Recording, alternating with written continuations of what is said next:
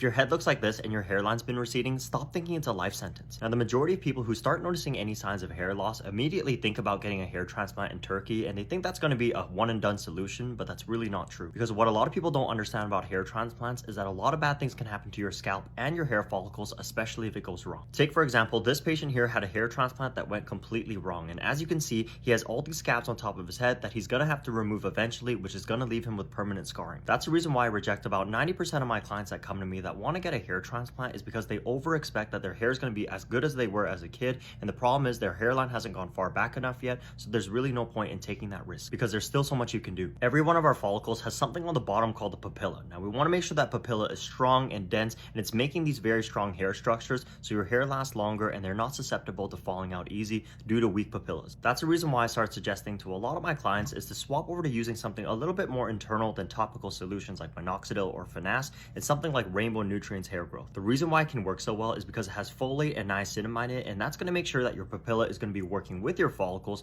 creating that thickness around affected areas that are showing signs of thinning to make your hair last longer. The great part about it is that there's not going to be any of those unwanted side effects, and all you really have to do is take 2 capsules a day and you let it do the work. Tons of my clientele have left such good positive testimonials about this, and it's the main reason why I suggested to them a lot earlier, so that when they start noticing signs of thinning, their papillas can start working with the follicles. And I always tell my patients that results may vary depending from person to person, but it depends how consistent you are with this to actually see some progress. So if you're noticing any signs of thinning or a receding hairline, I'm telling you, give this a try. I'll leave you a link so you can get one too.